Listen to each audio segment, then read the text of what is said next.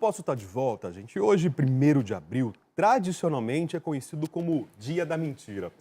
Marilene quer estar com a gente aqui para a gente falar sobre esse assunto, né? Ela é psicóloga, escritora, palestrante. Marilene, boa tarde, Boa bem-vinda, né? tarde, Obrigado muito pela obrigada. presença. A grande pergunta é, será que vale realmente a pena mentir, né? Mas antes da resposta, eu fui buscar no celular aqui a origem desse 1º de abril, que é uma situação até curiosa, né? Eu descobri aqui que, na verdade, no passado, lá em 1500 e alguma coisa, teve um rei que ele resolveu mudar a data de comemoração do Ano Novo do dia 1º de abril para o dia 1º de janeiro. Uma inversão que aconteceu aí, né, na verdade. E aí começaram as piadinhas, as brincadeiras, alguns súditos ali começaram a mandar, inclusive, presentes para ele no dia 1º de abril, né, que era uma data que, na verdade, não existia. Mandava convite para a festa, só que a festa não acontecia, né? Tanto que em alguns países, como França e até na Itália, o 1º de abril, além de Dia da Mentira, é conhecido também como o Dia dos Tolos, né? Porque acreditaram. Porque acreditavam realmente, né? Mas, enfim, a história se popularizou. Imagino que hoje, né, você tenha sido alvo de várias pegadinhas. É comum, né, Marilene? É muito comum, sim.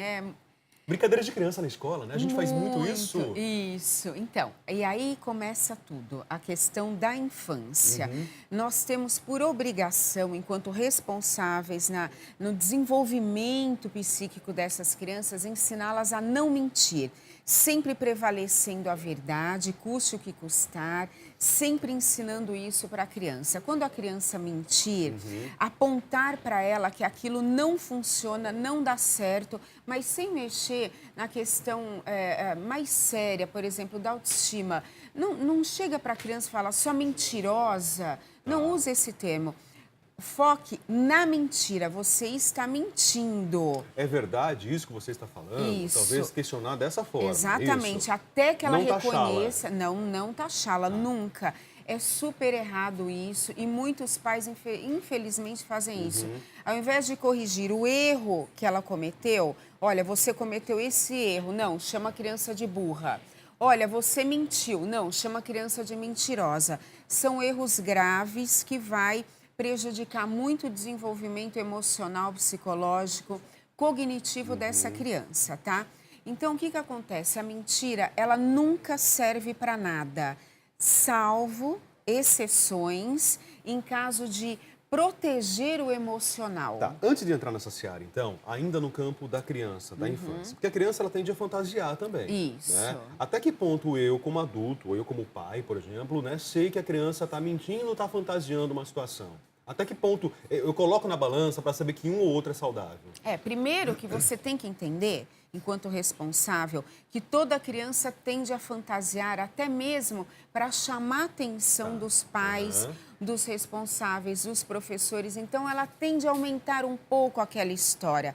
Ela vê alguma coisa ou vivencia alguma coisa, ela sempre coloca alguma coisa a mais ali. Então, você sempre tenha certeza disso, principalmente quando o assunto é muito sério. E criança, por exemplo, você vai dando a dica para ela, ela vai criando. Você vai dando um pouquinho de historinha para ela vai criando. Então, muita cautela nisso. Sempre procure sentar com essa criança, entender onde ela quer chegar, o porquê que ela está fazendo aquilo e corrigi-la. Eu conversava com a Marilene no começo, né, nos bastidores do programa. Nós lembrávamos, inclusive, de uma fantasia coletiva, que foi o caso da escola base, que até hoje, inclusive, né, os envolvidos ali carregam, né, essa condenação que não houve, né? Tem até o caso de um já falecido, né, naturalmente, né? Mas foi uma mentira coletiva, uma fantasia criada pelas crianças, né? E as pessoas envolvidas, os adultos envolvidos ali foram culpados, foram condenados, né? E hoje está comprovado que não foi nada disso, Não foi né, nada Marilene? daquilo. Então, que isso sirva de lição para que isso não volte a acontecer. Eu acho que as informações, o que se tem que ser muito bem analisado, uma perícia mesmo em cima das crianças. Nós temos psicólogos infantis do mais alto conhecimento que sabem tirar a informação correta. Então, tem que ter uma investigação correta no caso, para que isso não volte a acontecer, Rafael. É muito grave, envolveu famílias, é muito sério isso. Destruiu reputação ali, Nossa, né? muito. A dignidade foi destruída ali. É muito sério isso, tá? Então, quando a criança começa a fantasiar, senta com essa criança, procura saber o que está acontecendo, por que ela está levando a conversa para aquele lado, por que ela está fantasiando tanto, tá? A mentira, uma vez aprendida, ela é muito difícil de ser desaprendida, tá? Em muitos casos se torna patológica, que é conhecida como a mitomania, tá? Quer dizer, pode evoluir para uma doença, então. Para uma doença. Começa com uma mentira esporádica, aprendida, conceitual, ali, pontual. Ela vai, ela resolve alguma coisa, ela te dá uma leveza em alguma situação, mas te cria, te prejudica em outra. Mas a pessoa vai vendo que aquilo dá certo para ela e vai prosseguindo. E aquilo se cronifica e se torna uma doença patológica. Mas chega um ponto que a pessoa começa a acreditar na própria mentira? Sim. Sim? Sim. A mentira patológica, quando a pessoa tem compulsão pela mentira, ela acredita. Aquilo é intencional, é muito bem elaborado, ela sai de uma mentira, ela entra em outra, ela não consegue mais viver a realidade dos fatos. Tem sempre a mentira no meio. Quem faz isso sabe que está mentindo e geralmente o outro que está ouvindo sabe que é uma mentira. mentira. Porque aquilo toma uma proporção totalmente inadequada, desajustada para a realidade. Então, fica difícil para um lado e para o outro. Necessita de tratamento, sim, porque envolve uma questão de personalidade, né? A pessoa somente é muito sério. Às vezes, em primeiro impacto, você até acaba acreditando. Mas na segunda vez que você tem um contato com aquela pessoa, você já consegue perceber... Ela cai em descrédito, né? Isso, naturalmente. Exatamente. E ela arruma outra mentira para arrumar aquela primeira mentira e isso se torna crescente, tá? Às vezes, experiência traumática também leva a pessoa a mentir. Ela quer fugir daquela realidade que ela tem dentro dela, porque aquilo é muito pesado, ela começa a mentir, criar mentiras. Então, existe sim toda uma história que envolve a mentira. Marlene, eu conheço pessoas, né, que assim, vivem numa realidade e de repente na escola, no colégio, no ambiente de trabalho, falam que vivem numa outra situação, né? Não são pessoas bem de vida, vamos colocar dessa forma, né, para o pessoal de casa melhor entender, mas dizem que o pai trabalha numa multinacional, que a mãe tem isso, que o pai tem aquilo, que tem carro e tal. Na verdade, não tem nada disso. Não, nada né? disso. Cria um mundo fantasiado. Isso. E vice-versa também, Para gente. se Tem várias outras autovalorizar. situações. Para se autovalorizar, é verdade. Inclusive, eu conheci há muitos anos atrás, na época do colégio, ela era filha da funcionária da casa e ela entrava na casa como se ela fosse filha da dona da casa, porque ela tinha muita dificuldade em mostrar a realidade. De se aceitar. Exatamente, ela precisava se autovalorizar naquele aspecto. Isso não tem necessidade Quer disso. dizer, a mentira seria uma patologia. Isso, É. Mas, na verdade, existe uma outra doença por trás disso também, que acabou levando a mentira. Exatamente, né? Aquela necessidade de se proteger, olha, que para ninguém descobrir que a vida social dela era bem inferior àquilo. Não tem necessidade disso. Fica muito pior depois quando descobrem a verdade. Porque, além da pessoa ter uma vida social inferior ao que ela gostaria, ela ainda passa por mentirosa, que pega a questão do caráter, é muito sério. Caráter nós temos que manter, dignidade acima de tudo. Independente se você tem uma vida simples, uma vida um pouco mais difícil que outras pessoas, o importante é você manter o seu caráter, a sua dignidade perante a sociedade.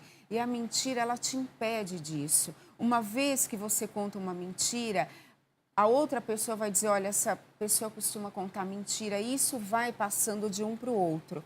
Então, se você percebeu alguém na sua família que conta muita mentira, chegue e aponta isso para ela. Fala, olha, você deve estar com algum problema, busca ajuda especializada, vai se tratar, porque a mentira é um caso muito sério, vai te causar algum dano se não for hoje, a longo prazo.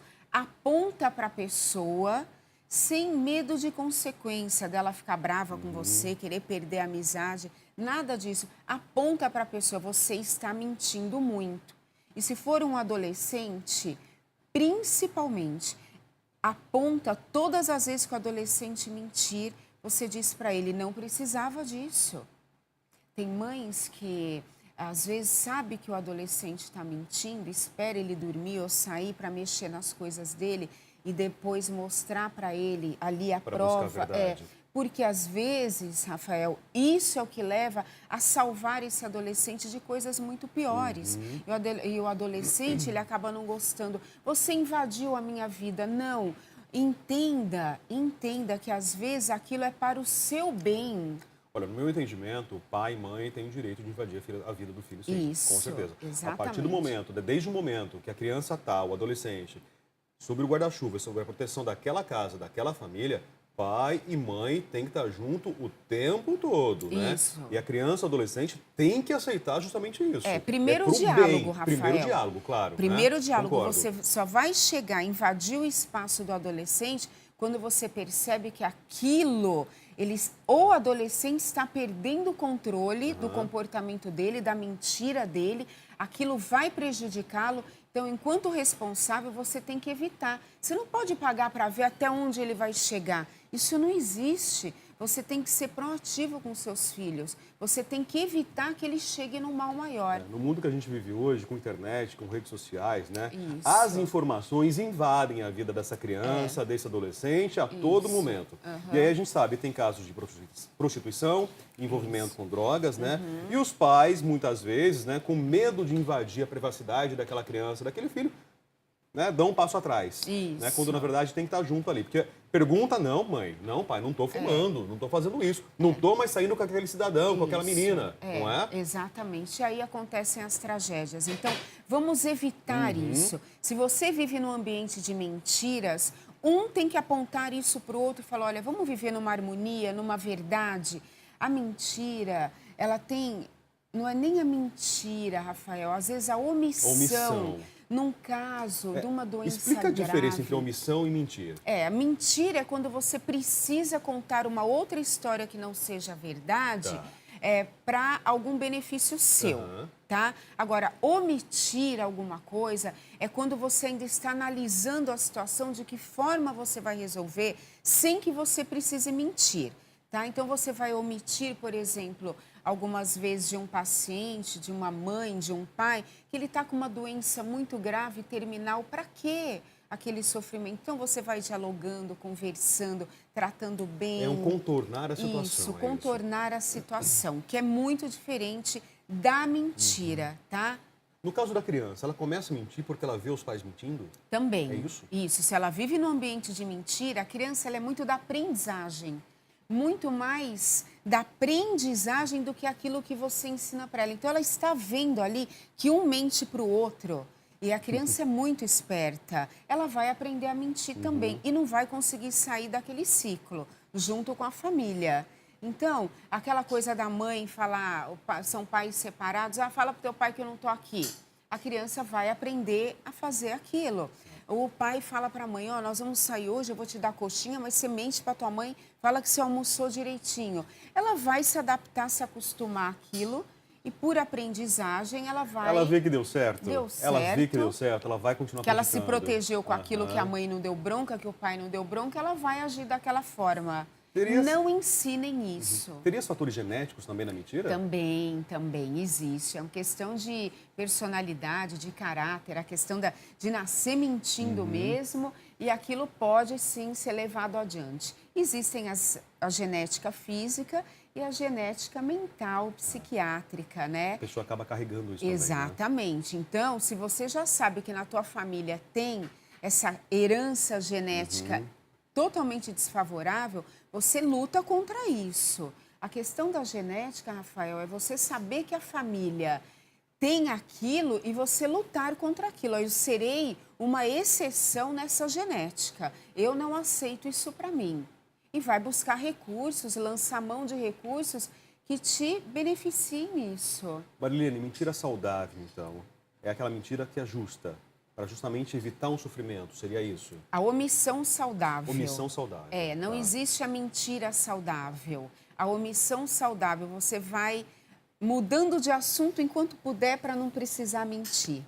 Quanto aos tratamentos, então, como que funciona isso? Primeiro você tem que reconhecer que você tem uma tendência a mentir e que você mente muito. Bom, a pessoa sabe que ela mente. Sabe que ela mente. O mentiroso sabe disso, ele assume. Exatamente. Mas como o viciado, ele sempre acha que ele vai conseguir parar e que aquilo não está prejudicando. Não é verdade. Aquilo te prejudica e mexe com o teu caráter. Vai buscar um profissional especializado, a psicoterapia, que vai descobrir a causa, o que tem por trás disso, o que te leva a mentir compulsivamente, tá?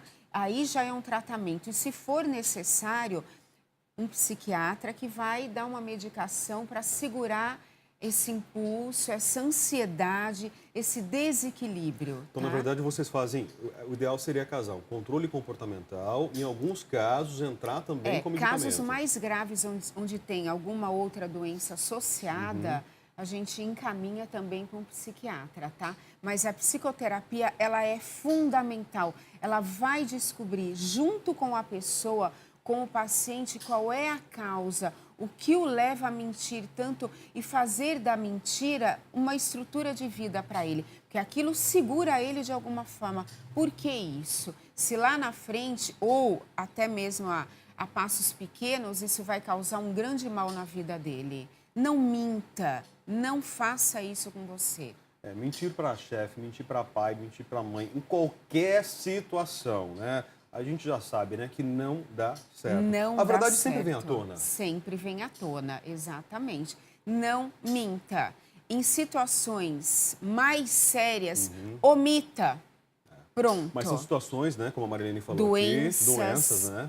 Terminais, para você evitar né? o sofrimento de uma pessoa, Exatamente. Né? Você tem uma vozinha que está morrendo de câncer. Para que você vai dizer para ela que o médico disse que ela está com câncer e vai ter um final com sofrimento? Não, vai conversando com a vozinha. Enfim, tem várias formas de você resolver essa situação. Bom, e é claro, né, policiar as crianças, né? Porque uma criança mentirosa na infância, a tendência, né, se as rédeas não forem controladas ali, claro que ela vai se tornar um adolescente mentiroso e lá na frente, como adulto, ela vai sofrer também, né? Exatamente. O mundo tende a ser cruel, né, Marilene? Vai, muito cruel. Vai cronificar essa mentira e ela vai chegar um momento que ela não vai ser aceita em lugar nenhum por causa das mentiras. Então, nada disso. Se eu te perguntar quem mente mais, o homem ou a mulher? Olha, tá ali. Tá ali? Tá ali. O homem é aquela coisa da autovalorização. Ah, entendi. Né? E a mulherada é alguma coisinha, uma coisa ou outra. Eu perdi 2 quilos, eu ganhei, diminui o peso. E os homens um pouco pela vaidade, um pouco pela vaidade. Os homens na autovalorização. Então, tá ali, viu? Muda a justificativa, muda o enfoque, mas tá ali. Tá empatado ali, então. Tá empatado. Tá certo. Marilene, muito obrigado pela Eu conversa, que agradeço. pelos esclarecimentos, né?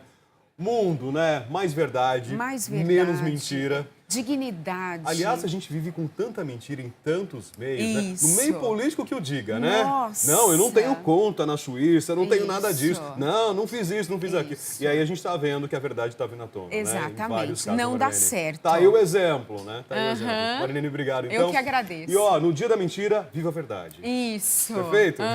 Vamos fazer intervalo então, gente. No próximo bloco tem exercícios, vamos nos movimentar, vamos nos mexer. Os nossos educadores físicos já estão aqui, já estão de plantão. Hoje o objetivo é fortalecer as pernas e as panturrilhas. Tem muita gente que vai treinar, os homens principalmente, que ficam com aquele visual de Johnny Bravo. Lembra daquele personagem de desenho, né? Fortão por cima e lá embaixo, né, Marilene? Aquelas perninhas assim, né? Você já viu isso? Muito, muito. Aquelas perninhas fininhas assim. Eu não sei como aguenta segurar o tronco Tudo superior. isso, não é? É uma pirâmide invertida, literalmente. Exatamente, isso é muito sério. Então, no próximo bloco, né, as dicas para você aí em casa praticar exercício mesmo no seu dia a dia para fortalecer pernas e panturrilhas. A gente já volta.